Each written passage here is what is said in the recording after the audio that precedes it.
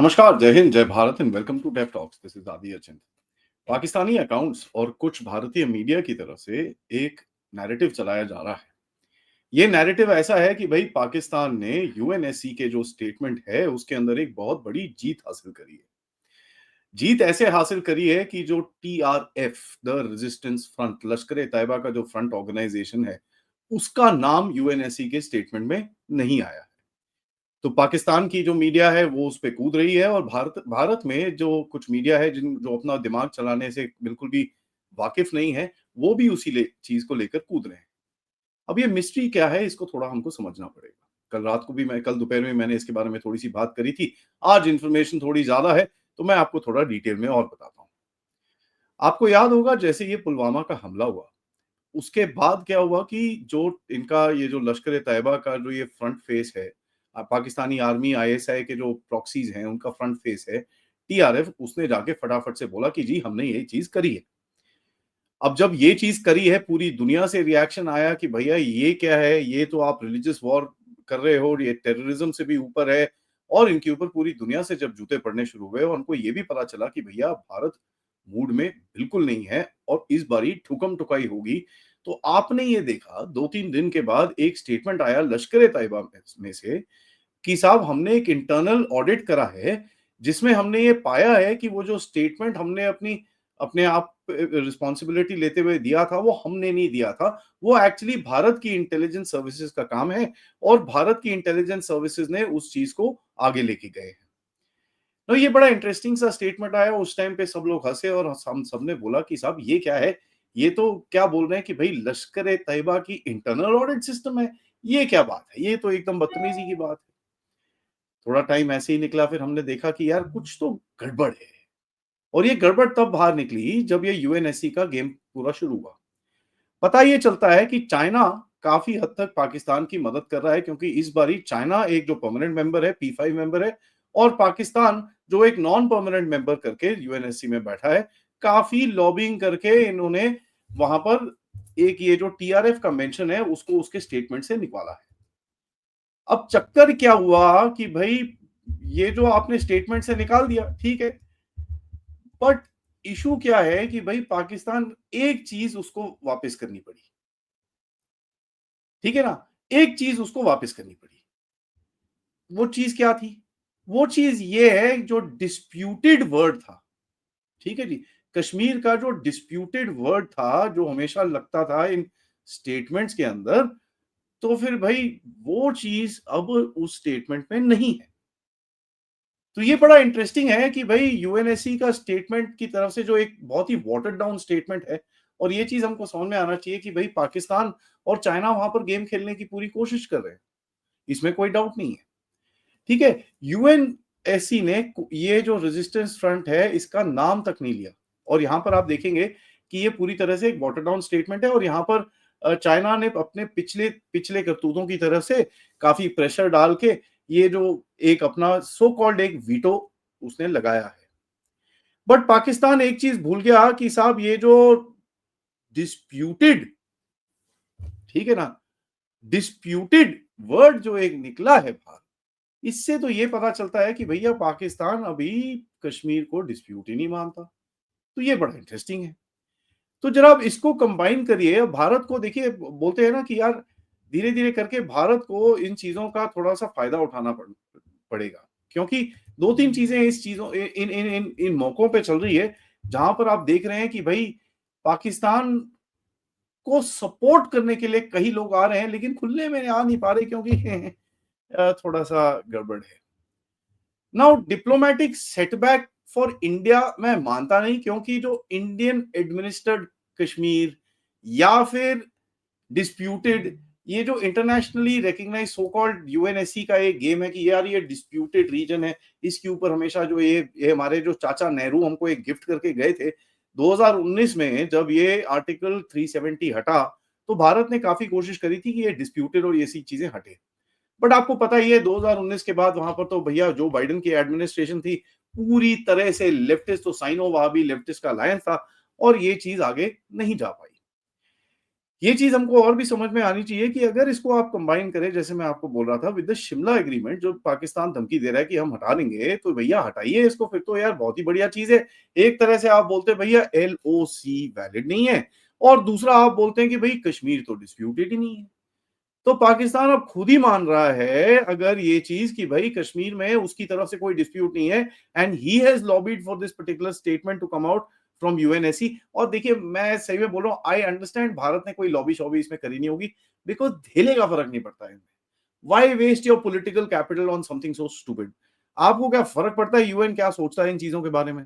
कोई फ़र्क नहीं पड़ता। बट पाकिस्तान एक ऐसा देश है, उसको ये बड़ी ज़रूरत है, क्योंकि उसको क्या चाहिए, भैया कहीं पता चले ये एफएटीएफ में चले गए तो लंका लग जाएगी। वैसे भी अभी भारत तोड़ने वाला है, ऊपर से एफएटीएफ वही।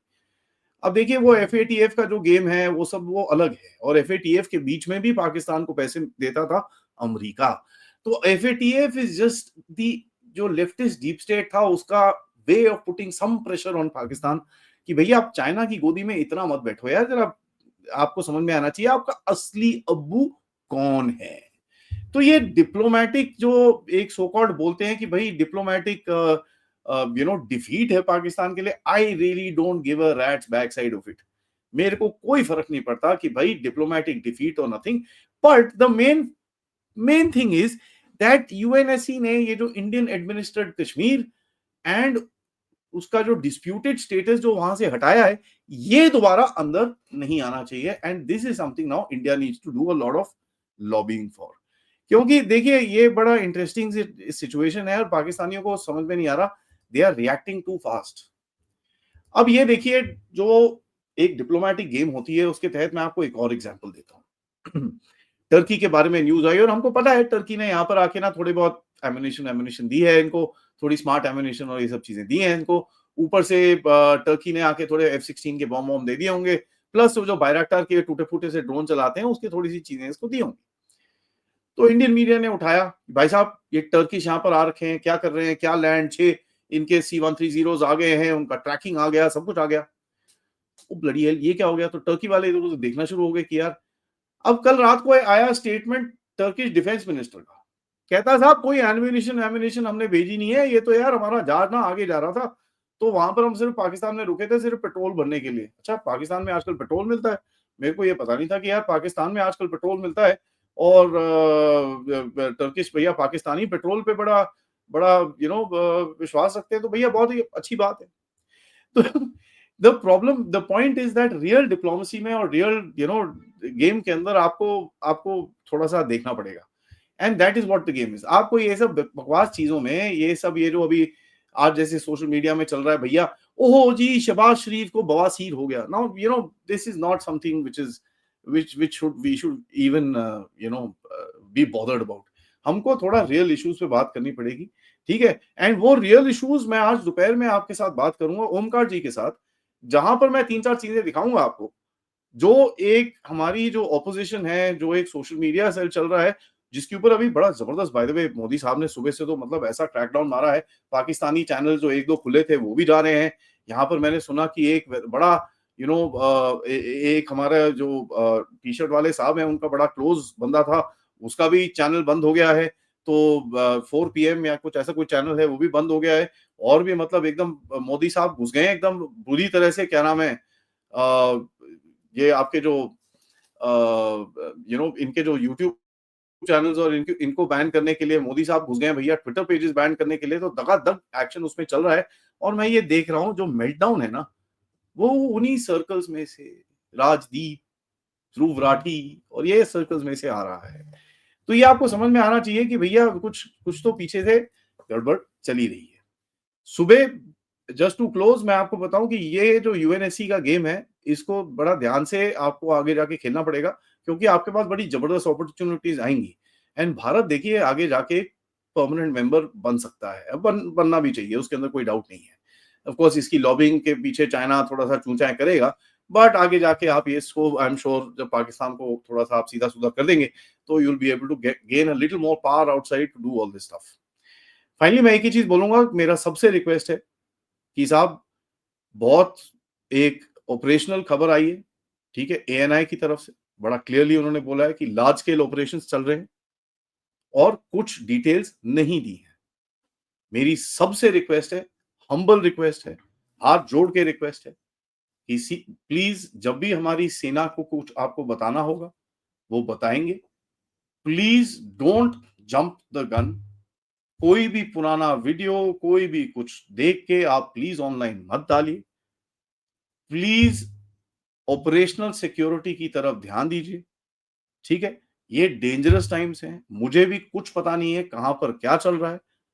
आई don't want to even speculate क्या चल रहा है कि भाई ये नहीं नहीं नहीं यार ये एंटी टेरर ऑपरेशन, नहीं नहीं नहीं ये बॉर्डर पे, सॉरी, ये हमारा काम नहीं है। जब भी फोर्सेस की तरफ से ऑफिशियल स्टेटमेंट्स आएंगे हम उसके बारे में आपके साथ बात करेंगे, बट तब तक एज सिटीजन्स प्लीज अपनी सेना को, अपनी एयरफोर्स को, अपनी आर्मी को, अपनी नेवी को, उनके बारे में ध्यान रखिए, उनके बारे में प्रार्थना कीजिए, अपने देश के बारे में प्रार्थना कीजिए। दीज आर टफ टाइम्स, ठीक है, you may be fighting an enemy which is smaller, but ये बड़ा टफ टाइम है।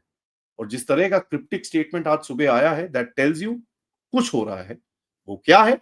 Let the forces come back and tell us. Alright, till then मैं सबसे रिक्वेस्ट करूंगा चैनल को लाइक करिए, सॉरी वीडियो को लाइक करिए, चैनल को सपोर्ट करिए, and of course if you can contribute towards this channel, QR code या फिर पेपैल या फिर super sticker, super chats use करके आप इसको सपोर्ट कर सकते हैं।